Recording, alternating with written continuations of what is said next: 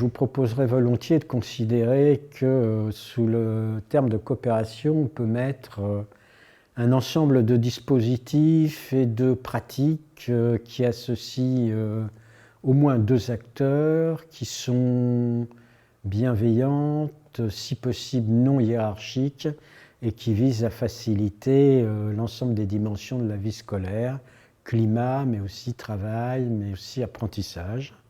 Alors, sachant que la coopération est une dimension essentielle dans un certain nombre de pédagogies différentes, par exemple Freinet ou de projets, mais qu'on peut trouver ça aussi sous forme de séquences ponctuelles dans n'importe quel type de pédagogie, y compris classique ou traditionnelle.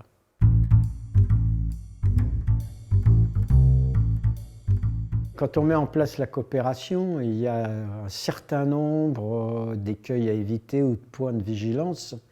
Par exemple, d'aller dans l'idéologie du tout coopération, alors qu'on peut aussi avoir des plages qui ne sont pas coopératives, d'enseignement magistral, ou de compétition, ou de défis pour relancer ses travaux.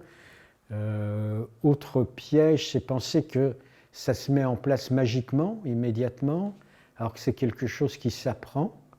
Ça prend du temps, aussi bien du côté des élèves que du côté de l'enseignant, qui doit apprendre la composition des groupes, comment les gérer, comment faire fonctionner l'évaluation. Donc il y a différentes choses à acquérir. Il y a aussi, comment dirais-je, les angoisses du bon prof, qui voudrait tout suivre en même temps, alors que justement le fonctionnement en coopération et en groupe permet de ne pas tout suivre en même temps, et donc il faut qu'il apprenne à lâcher un peu prise, à attendre à certains moments que les élèves viennent le trouver. Donc voilà, ce sont peut-être les pièges principaux.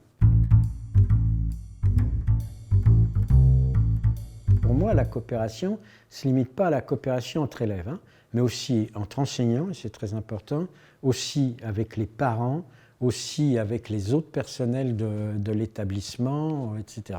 Et donc on va organiser tout ça pour créer une véritable communauté d'apprentissage qui aide les élèves.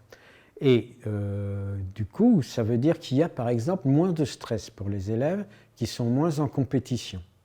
Ça veut dire aussi que si leurs parents sont un peu plus associés, il y a moins de risques de ce qu'on appelle des conflits de loyauté, où c'est peut-être plus facile pour les élèves de gérer l'hétérogénéité des discours auxquels ils sont confrontés, par exemple sur la lecture ou sur l'écriture.